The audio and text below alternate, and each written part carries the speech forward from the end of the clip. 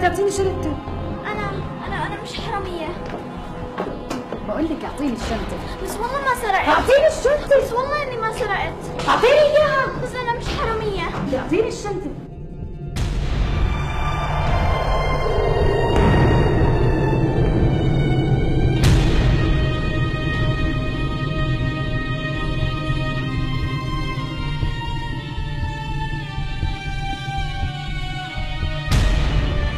إذا ما أعطيتيني إياها بطلب لك الشرطة وأخليهم هم يدفعوا معي.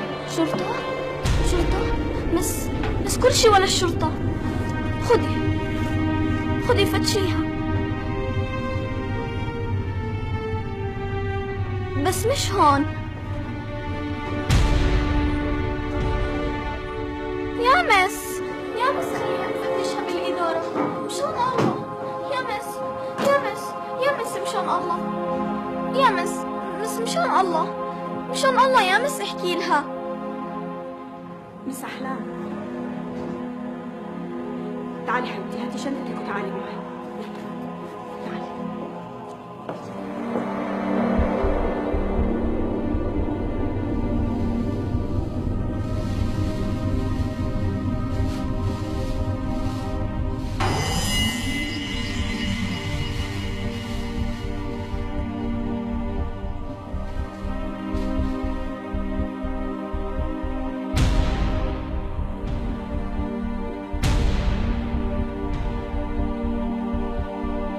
شو هاد؟ مثل ما انتي شايفة بقايا سندويشات الطالبات. ليش لم البقايا وحطيتهم بشنطتك؟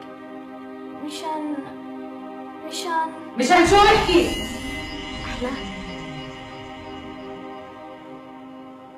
عشان شو حبيبتي احكي، ما تخافي. مشان اعطيهم لاخواتي.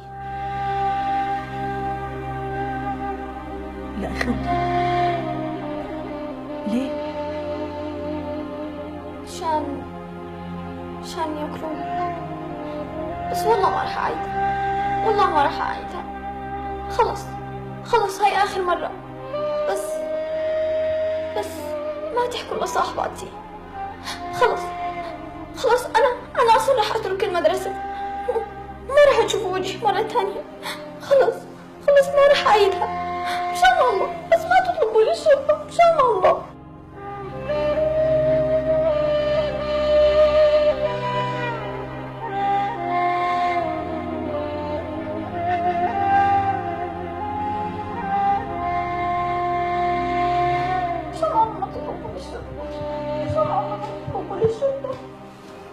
طيب حبيبتي اهدي، تعالي معي.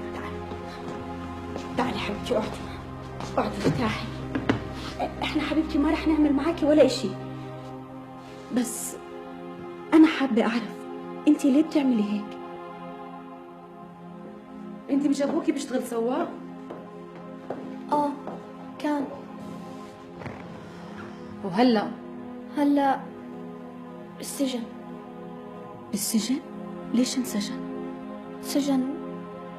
سجن عشان مسكوا ببيع مخدرات، وماما ما تحملت الصدمة فانجلطت وانشلت، وأنا وأخوتي ما عم نلاقي أكل ناكله، وهم أصغر مني فأنا بحزن عليهم.